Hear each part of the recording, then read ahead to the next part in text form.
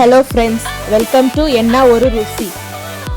இன்றைக்கி நம்ம ரெகுலராக செய்கிற டிஃபன்ஸ்க்கு கார சட்னி, வேர்க்கடலை சட்னி இல்லாமல் இது டிஃப்ரெண்ட்டாக ட்ரை பண்ணி பாருங்கள். ஆந்திரா ஸ்டைல் பச்சை மிளகா பச்சடி. இந்த பச்சடி கண்டிப்பாக ட்ரை பண்ணி பாருங்கள் வீட்டில். இனிமேல் உங்கள் வீட்டில் இந்த பச்சடியாக செய்ய சொல்லுவாங்க, அவ்வளோ டேஸ்ட்டாக இருக்கும். இந்த பச்சடி டிஃபன்ஸ்க்கு மட்டும் இல்லை, ரைஸ்லேயும் சூப்பராக இருக்கும். நான் சொல்கிற மெத்தட் அப்படியே ஃபாலோ பண்ணிக்கோங்க, பர்ஃபெக்டாக வரும். ஒரு கடாய் எடுத்துக்கோங்க, அதில் 2 டேபிள் ஸ்பூன் வேர்க்கடலை எடுத்துக்கோங்க. வேர்க்கடலை நல்லா ஃப்ரை பண்ணிக்கோங்க.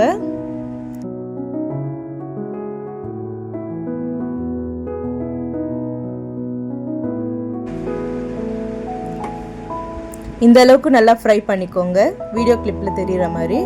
அது இப்போ தனியாக நம்ம ஒரு பிளேட்டில் எடுத்துக்கலாம். இப்போ நம்ம சேம் அதே கடாயில் பச்சை மிளகாய் எடுத்துக்கலாம்.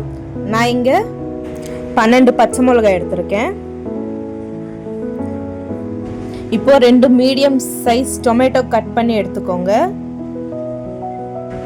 இப்போ 1/2 லெமன் சைஸ் அளவுக்கு புளி எடுத்துக்கோங்க.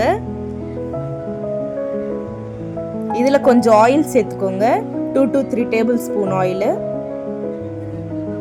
இதை நல்லா ஃப்ரை பண்ணிக்கோங்க லோ ஃப்ளேம் வச்சு. டொமேட்டோஸ்லாம் நல்லா ஃப்ரை ஆகிடணும், அந்த அளவுக்கு நல்லா ஃப்ரை பண்ணிக்கோங்க. இந்த அளவுக்கு நல்லா ஃப்ரை ஆனதும் இது ஒரு பிளேட்டில் எடுத்து வச்சுக்கலாம்.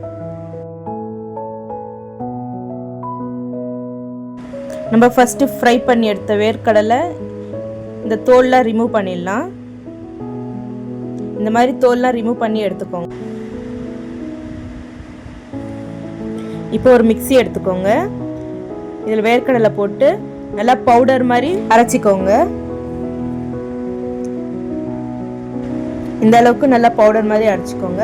இப்போ நம்ம இதில் தக்காளியும் பச்சை மிளகா அதுவும் சேர்த்துக்கலாம். இதில் கொஞ்சம் உப்பு சேர்த்துக்கலாம். ரொம்ப ஸ்மூத்தாக அரைக்காதீங்க, இந்த அளவுக்கு இருந்தால் போதும்.